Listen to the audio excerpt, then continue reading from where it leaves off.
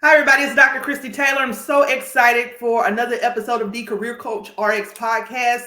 And this month we are celebrating women reign. And we are excited for our guest today, Misty McCraw. She is an HR professional with a passion for guiding businesses towards optimal human resources strategies. Now, she holds a bachelor's degree from Mississippi State University and has over 15 years of experience in the field of HR.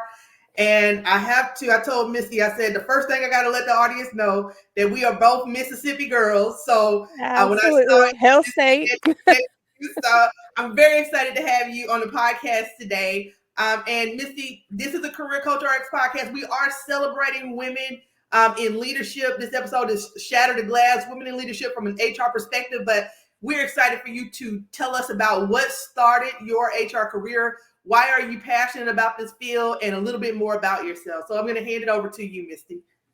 Absolutely. Thank you, Dr. Taylor. And of course, Hell State. I know we love our Bulldogs. Some people may be from that school up north, and it's okay. We Oh, love you you talking too. about the one? Oh, I know a few people. I know a few people. Ole Miss. Well, thank you for having me. I'm really excited. I love that you're celebrating women this month. And I think, women in general are amazing people. We are resilient, we are strong, we are dedicated, and I just love that we have an opportunity to get to celebrate women all throughout the month. So I actually went to college at Mississippi State, not for HR. I actually went into education, and about 2 years before finishing that degree, I got married, and with that comes responsibilities. So I didn't have the ability to just stop working to do student teaching for a semester because we had bills to pay and things like that. So kind of at the last minute changed my major to go ahead and graduate. I also should probably plug that I was a career college kid. I do not suggest it, but I actually took 10 years to actually complete my college degree. I got an associate degree the first 2 years, and then my bachelor's degree, I kept changing my major, and it kept going back to education, and I knew I just wanted to teach people somehow. But then when I had to change, I went into interdisciplinary studies. And I had enough of those credits in English and communication to where that was kind of my concentrations under that degree that Mississippi State offered. And it was actually a somewhat newish degree that they offered. That was interdisciplinary studies was not something that you heard about when you first went to school, at least when I first went into college. So it was somewhat of a newer major, but it was an opportunity that if you still didn't know what you wanted to be when you grew up, it gave you an opportunity to still get your degree and find your passion. So right outside of getting my degree, we actually lived in Jackson at the time, and I went into kind of an HR clerk role, I guess you would call it. So I actually was working with a staffing company, and I was interviewing candidates that would come in, and we would find jobs to place them in. I got exposed to payroll and some different things. And from there, I just kind of fell in love with that aspect of the business. And so went from there, we've moved to a different part of the state, and I went to work for a family-owned company. So that was even a new experience in HR because small businesses and family-owned companies do HR a little differently than a corporation or a bigger business does. So I got an opportunity to learn that, and then spent the last 5 years at a corporation where that was a completely different aspect. That's where I got introduced to things like labor unions and some different aspects of HR that I had not dealt with in the past. Every position I've had up into starting my own company was a learning experience. I would learn something new. It was kind of an HR department of one everywhere that I went. But when it all came down to it, my passion truly was people. So in May of 2017, I actually started my first product-based business that was a printing company that I still have today. And we can print promo items and t-shirts and things with people's logos, and we do all the fun stuff in there. But during COVID, I actually met someone or right before COVID, actually, I think it was 2017, 2018, I met someone who, she had a printing company too, but she did embroidery and I didn't do embroidery, but that was kind of our connection. That's the thing we had in common. And we realized in our community, we did not have a business women group that was specific to women, that could champion other women, that could talk about our successes, our failures, our encouragement, all of those things. We had things like BNI and Rotary and those types of groups, which are amazing groups, but nothing that... I think of Rotary Club today. Thank you. Yeah. But all of those are amazing business groups and business-minded groups, but there was nothing specific to women. And we really wanted something that was geared toward women entrepreneurship or women who had side hustles, or maybe you just had an idea one day that you wanted to have a business, but you weren't there yet. So we started Golden Triangle Businesswomen in 2018, and that we didn't know what to expect. We just kind of... one thing about me is I just jump in and we figure it out along the way. And that's what we did. I mean, we had 5 people show up to the first meeting, which we thought was like the most amazing thing ever. And now today I think we're up to like 53 members in our community who are participating in this organization. And so that is what fueled my passion for the company that I have today, which is People Pro HR Solutions. We rebranded March 1st. So May of 2022, I was kind of in a position of, I love what I do, but I could do it for a lot more people in my community. And I wanted to have something that I could do to give back to my community. And obviously, you know, we still have bills to pay. So you got to make money doing something somehow. But I'm also very passionate about women's ministry. And I was like, how can I, you know, what are the means that can get me to the message? And so I started McCraw Consulting is what it was called when I first started. And I took all of my years of HR experience, training and development, and I just kind of poured into, you know, what do I know how to do? And that's what I did. And I went out and I knew it was either going to flop and I was going to learn a whole lot of lessons from it, or there would be abundance on the other side. And thankfully there was abundance on the other side that kind of justified me taking that step. And so did that now since May of 2022, rebranded it to People Pro HR Solutions on March 1st. And really it is that means to the ministry kind of thing, because it's given me an opportunity to pour into other women. And I love the opportunity to pour into and champion other women, because I think we are all created to, nobody can do what you do like you do it. And I think that's what makes us so unique, is that, you know, all of us could have an HR company, but you're not going to run it the way I would run mine. I'm not going to run it the way the next person would run theirs. And that is our unique ability to be able to do that in a way that is special to us, but at the same time, giving back to our community or our platform or whatever it may be. So starting this business has given me that opportunity to do that, to champion other women in business, to encourage them to take their dream and make it reality just by sharing my story, or encourage them or motivate them to think bigger, or think outside of the box, and all of those kind of things. So it has been a fun 15 years of getting to where I'm at. But I feel like it's just getting started, because there are so many things that I want to do with the company, but so many things that I also want to do to put women on a pedestal too. So I'm excited to see what the future brings, for sure. I'm excited for you. I wanted to go back. I was taking a few notes here, because a lot of times as women, we feel like we have to go. And I talk about this often. I'm not married. I don't have children, but it's still something that's on the radar, even though I'm in my 40s. But I think just for women in general, right? A lot of women feel like, hey, I can't do this. I can't balance it all. But you talked about how you got married, about 2 years before graduating college, and you know, you had to manage life, right?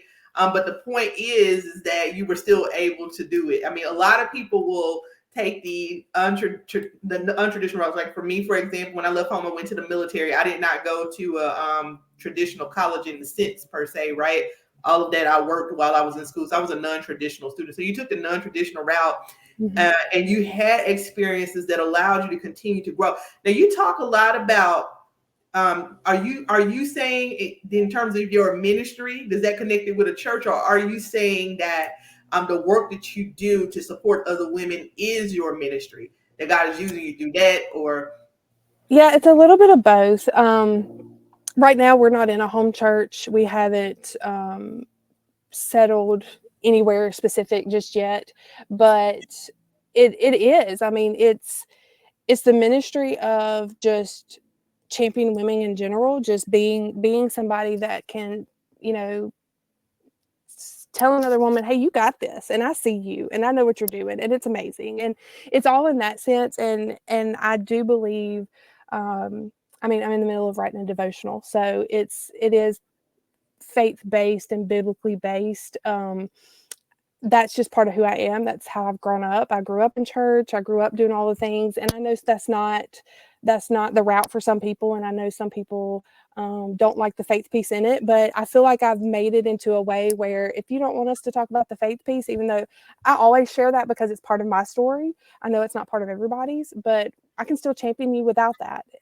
If you want that to be part of the relationship, I can champion you with it. It's just one of those things where kind of going back to like what you said with people in, you know, getting to that point to where, well, I got married and I couldn't do this, or I had children and I couldn't do that, or this happened, and so I decided to put this on the back burner.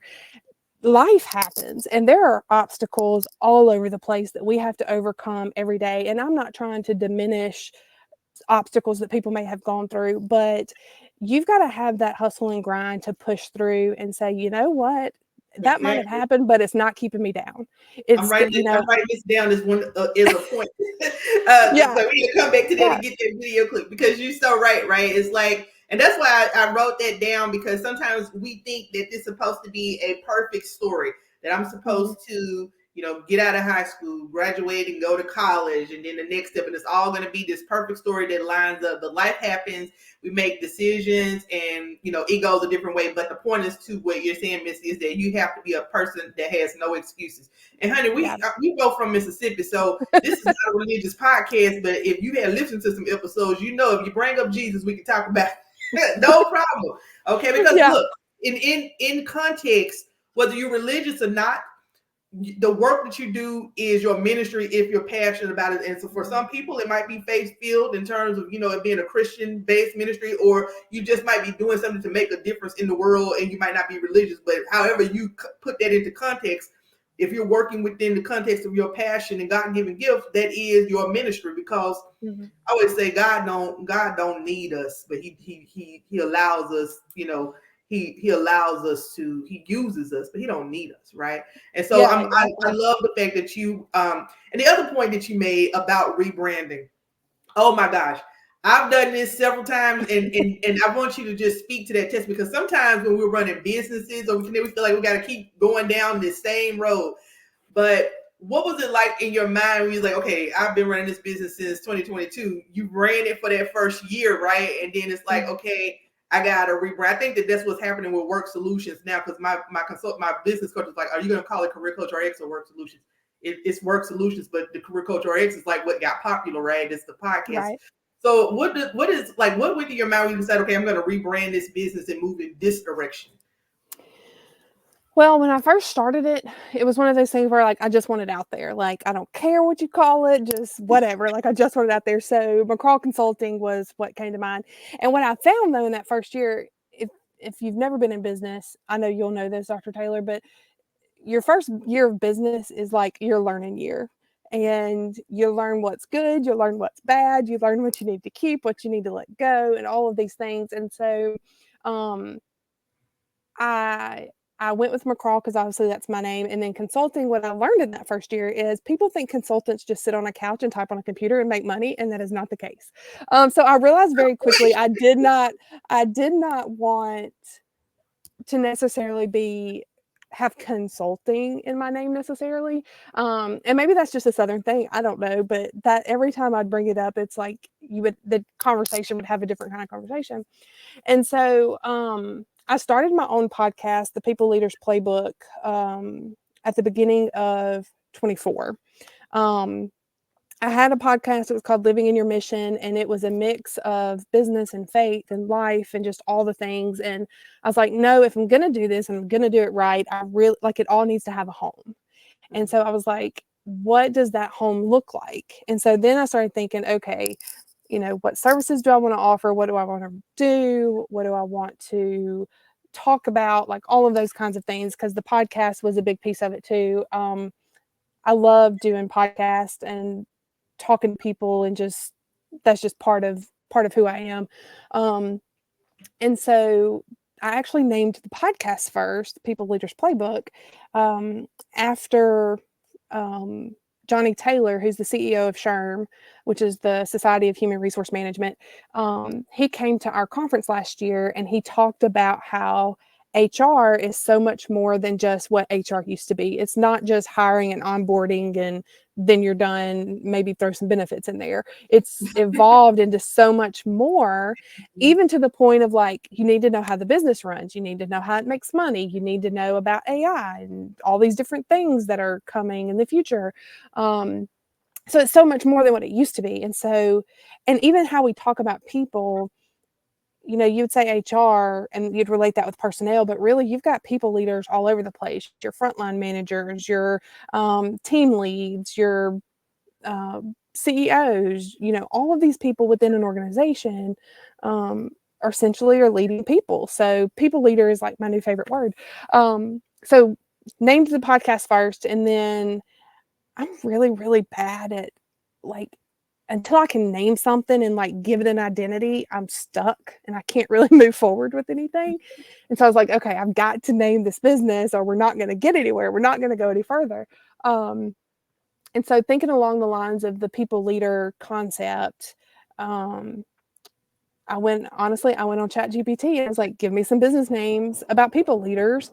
And it kept giving all these generic names, but then there were like pieces of things that I liked. And I was like, okay, let's pull this and this and put it together. And so People Pro HR Solutions was formed. I created my logo, did all the things. And I wish I could tell you, like, I wish it could have been in my brain, like the moment that it all came together and that beautiful logo and the colors were right and the words were there. And it's just like, it all clicked and it's like, okay, there's the home. And so I just relaunched that March 1st of 24. So literally a week and a half ago or whatever it is now.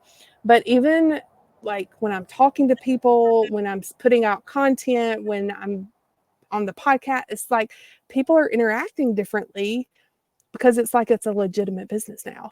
Not that McCraw Consulting wasn't, but instead of it sounding like it's a one-woman run show, it sounds like I have a whole team of people behind me. And disclaimer, it's still a one-woman run show.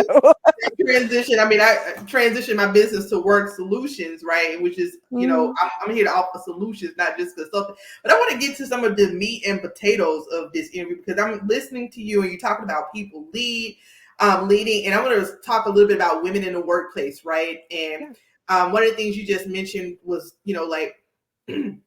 I'm saying that the title of this podcast is, shattering those glass ceilings as women, but you also spoke in the context of leading right where you are, because sometimes we think, I want you to talk a little bit about, climbing the corporate ladder, right? But also being leaders right where you are, because sometimes we have these roles as individual contributors. Sometimes as a Black woman, I know that I'm not just like in a position, right? I know it's like 35 people watching me, young ladies watching me, my students, people who have seen me come on. So I know them as a woman, I'm an example. As a Black woman, I'm an example. But beyond all of that, speak to us as women in the workplace as a collective, right? We're serving in leadership roles and breaking glass ceilings, but sometimes you can lead just right where you are. You're always an example as a woman, just like how you started your organization to support other women. So from your perspective, how are we as women leading in the workplace at all levels? Well, and honestly, in the early parts of my career, I would say I started by leading up.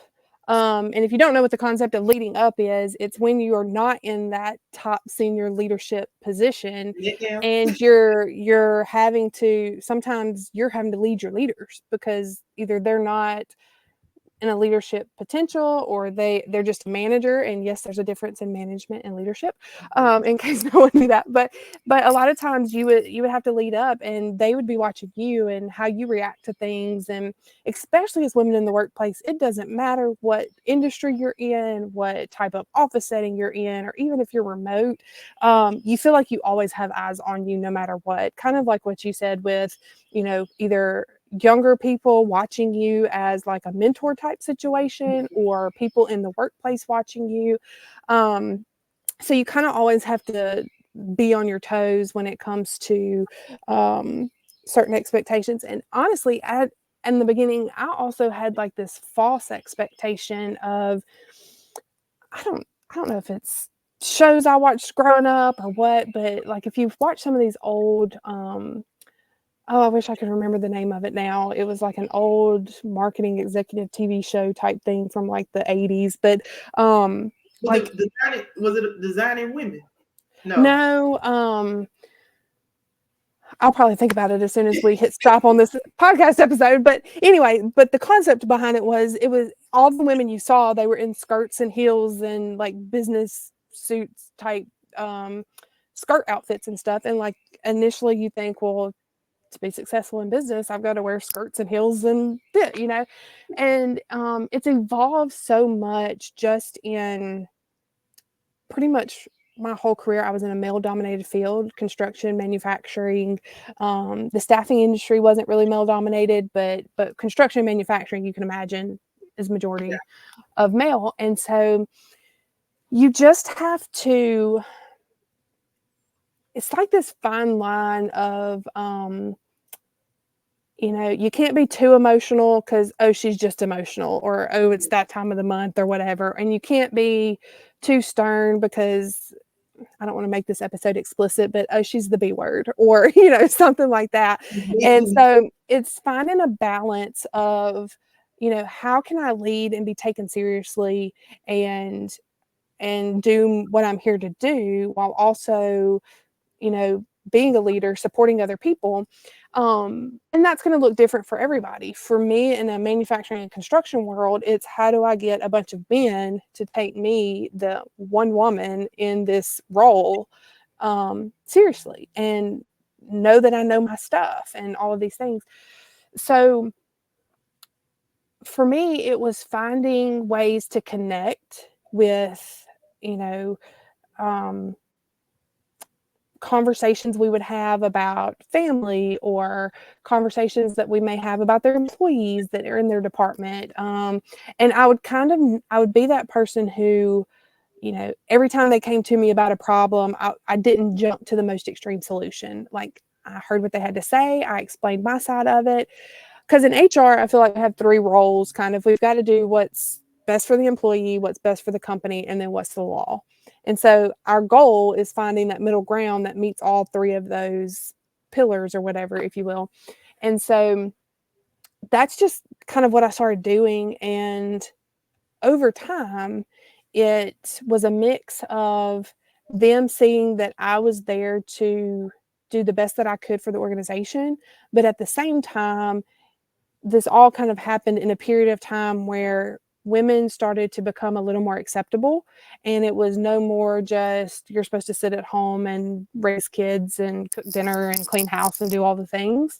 And so now in 2024, it's how do we do the same thing with, I don't want to pick on the baby boomer generation, but it is that age range that still think a lot of women should be at home, not being the breadwinners, not being the entrepreneurs, not doing all of the things. So those are even different conversations today. But outside of that group of people, I think your newer generations are, some could say, over accepting of certain things, but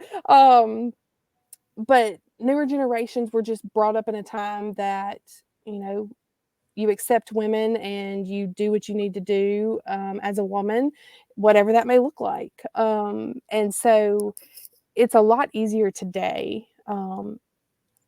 Speaking specifically on women breaking that glass ceiling, you know, women have, I said in the beginning, we are strong, we are resilient, we will hustle, we will, you know, if you can push a baby out of our body, we can about dang near take care of anything. And so it's like, I think, and that's, I think another thing people are learning is we have big ideas. We have solutions to your problems. We have a different way of looking at things. If nothing else, just from like our genuine, tender love and care for people as a woman, you know, we're more empathetic to people. We're more consoling, I guess you could say, or mothering, as some would say.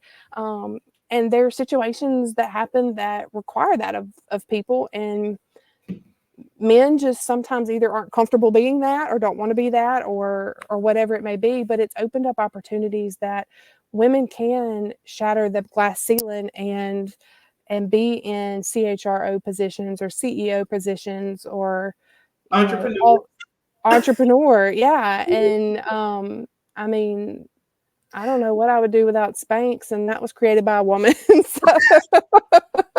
It's just, you know, it's these conversations are important because to your point, we sometimes feel like we have to sit in a fill these stereotypical positions. And so I just want to point out, when we talk about shattering glass ceilings, I wish I had time to pull some stats, and women in leadership, you're offering a great perspective. I work in logistics in the military. I don't speak of it publicly often, but this is straight up a male dominated group. Like, you know, especially depends on what area. Like, I work in the aerial port. That is straight up men. It is not atypical for me to be the only woman at the table leading a bunch of men. But I think I keep reflecting on what one of my chief told me in previous years. He's like, ma'am, you came in and we know your expectations. And that's because I came in on a learning curve saying, I'm going to do this totally different than I did it with the last group, right? I want to make sure I'm taken seriously, that they see me, they know me. But it was like, well, but we only know this side of you. And I'm like, well, does it work for work? We get the stuff done, right? But he was like, I want you to be a little bit more personal. Not that I'm mean or anything like that, but like, you know, so I think that as women, it's about finding the balance, right? Because I came in and I'm just like, I talk, joke, and laugh, but I just kind of just keep it like very mom in terms of what people know about me personally, because it is work. Yeah. But, you know, but I had to reflect on it. It's like, okay, what can I do a little bit more to make sure that even though they know that when I come in, we're going to get the job done. And, you know, but there still has to be a level of more personal connection. And I admit that I did that because I'm like, I'm working with a group of men. I want to make sure that I'm taken seriously, right? And the last thing you want is for people to look at you like you're emotional, but we are nurturing by nature. So I just kind of keep it in the military manner, you know, but and it's find that balance, right?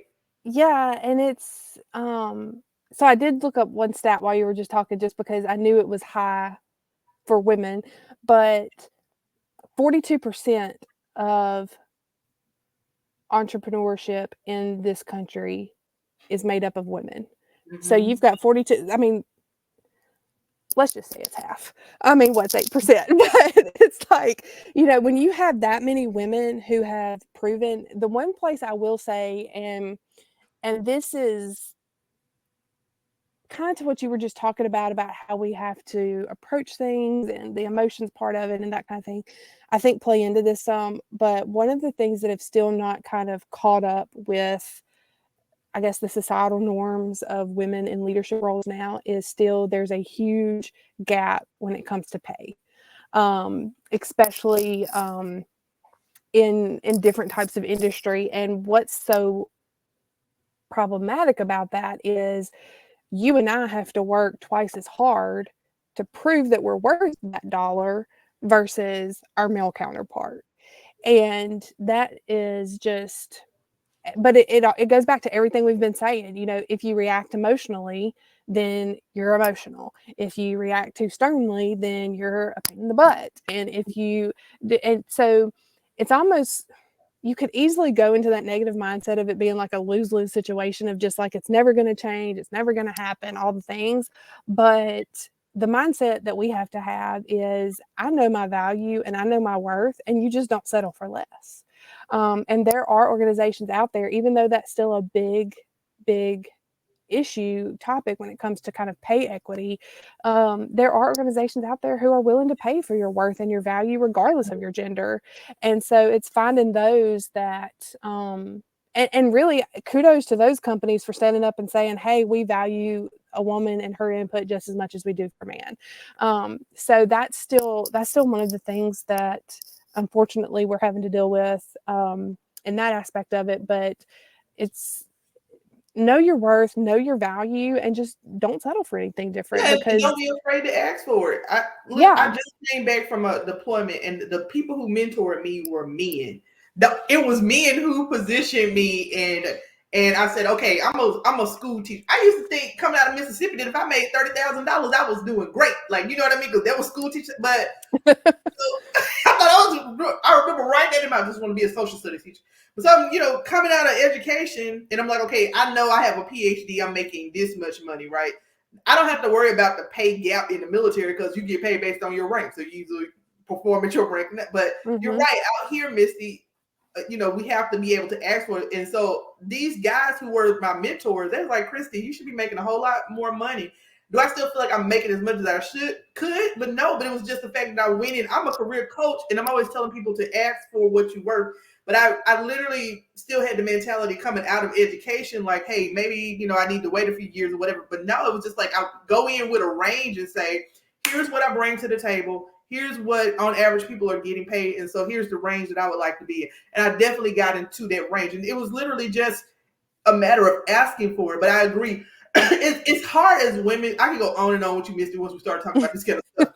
But I know we got to wrap up. But it's hard as women sometimes to put the emotions aside. You got to just come in with facts. I was just thinking about, I was putting together a proposal for an orientation program, and I went in and I pulled all of these facts and statistics on workforce development and employee retention and how these programs impact the first 6 months of experience of employees, right? And it was just like, we looked at I presented it to the manager, and it was like, boom, this is exactly what we need. So it wasn't a whole lot of haggling about it, just because of the fact that it was evidence-based. And I think sometimes, like you say, as women, we kind of have to go in evidence-based. Like, here's what I bring to the table. Here's the facts and statistics. And I know you might hate that it's like that, right? If you're listening to this, but when I'm not going to say underdog, but when you're like being seen as an underdog, you have to kind of leverage your emotions. But I have loved interviewing you, because when we talk about shattering the glass, some people just think, well, I have to be at the top. And it doesn't, and the point that I've been trying to make, that you've been alluding to, is where you are. Like, I love that you led, what did you call that? Leading up. Leading up. So you started where you were. You allowed the people that were in charge to look at you as an example. Because here's the thing about anything, guys. If you are managing a program, or you're trying to champion something, if you don't have your directors and leads on board, it's not going to happen, right? So leading up, engaging with them. And so you can be that woman that's sitting in the corporate boardroom. But what if you just graduated college and you starting? Lead from where you are. And then the other piece of it is, shattering the glass doesn't always mean corporate. It can mean that you're an entrepreneur. Like you said, 42% of women are entrepreneurs. So, Missy, this has been a great interview. I definitely want you to give some words of wisdom to the audience, right? And then let us know where we can find you, any events that you have coming up. Do your shameless plug, girl. Shout out to Mississippi. Well, I will leave you with 3 things that I love leaving all women with, is the phrase, no one can do what you do like you do it. You were made and put on this earth to be unique in your own way.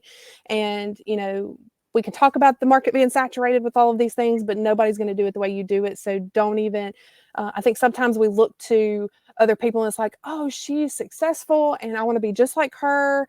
And while that's great, and that's great to have a goal, you will never be like her. You will be like you. So own that, embrace that, enjoy that. If there's things you need to fix that.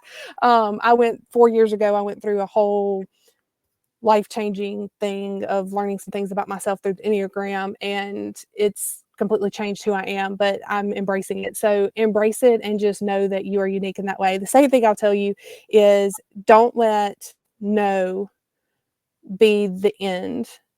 If someone tells you no for whatever reason it may be, It could even just be a no for not right now. Don't let that put you in this place of I can't, or I won't ever, or I'll never accomplish. Just use it as fire to fuel you to do it better the next time, or whatever it may be, whatever that thing is that you're trying to accomplish. And then just live out your passion. I mean, we spend almost all of our time of our day at a workplace or in our business or whatever it may be. If you're not doing something you love, it's not doing you any good. And so just find what you're passionate about and go out, and you will be successful in your own way. Leading up, you know, that is something that you can do no matter where you are, no matter what industry you're in, no matter who you're looking at across the table from you.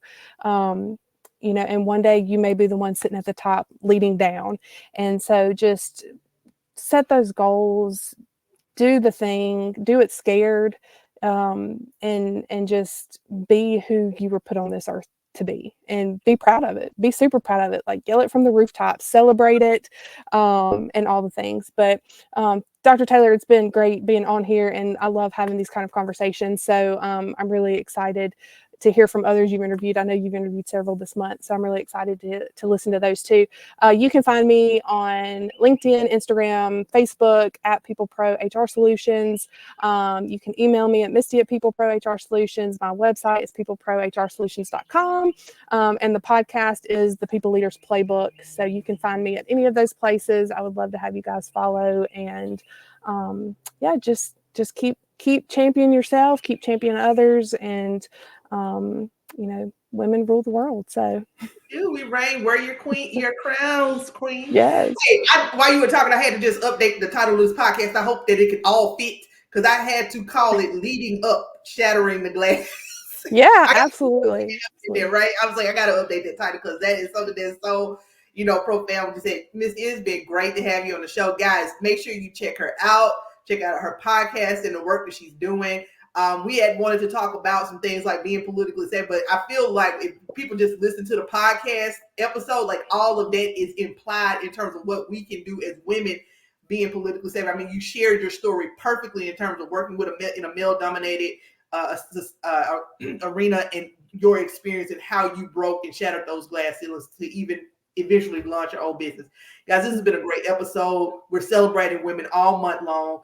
Be sure to follow Misty. Be sure to follow us across all social media at careercoachrx.com, or at careercoachrx. You can check out the website at careercoachrx.com or WORXKsolutions.com. Either way will take you to the site. We have a lot of great resources there for you. Until next time, have a great day.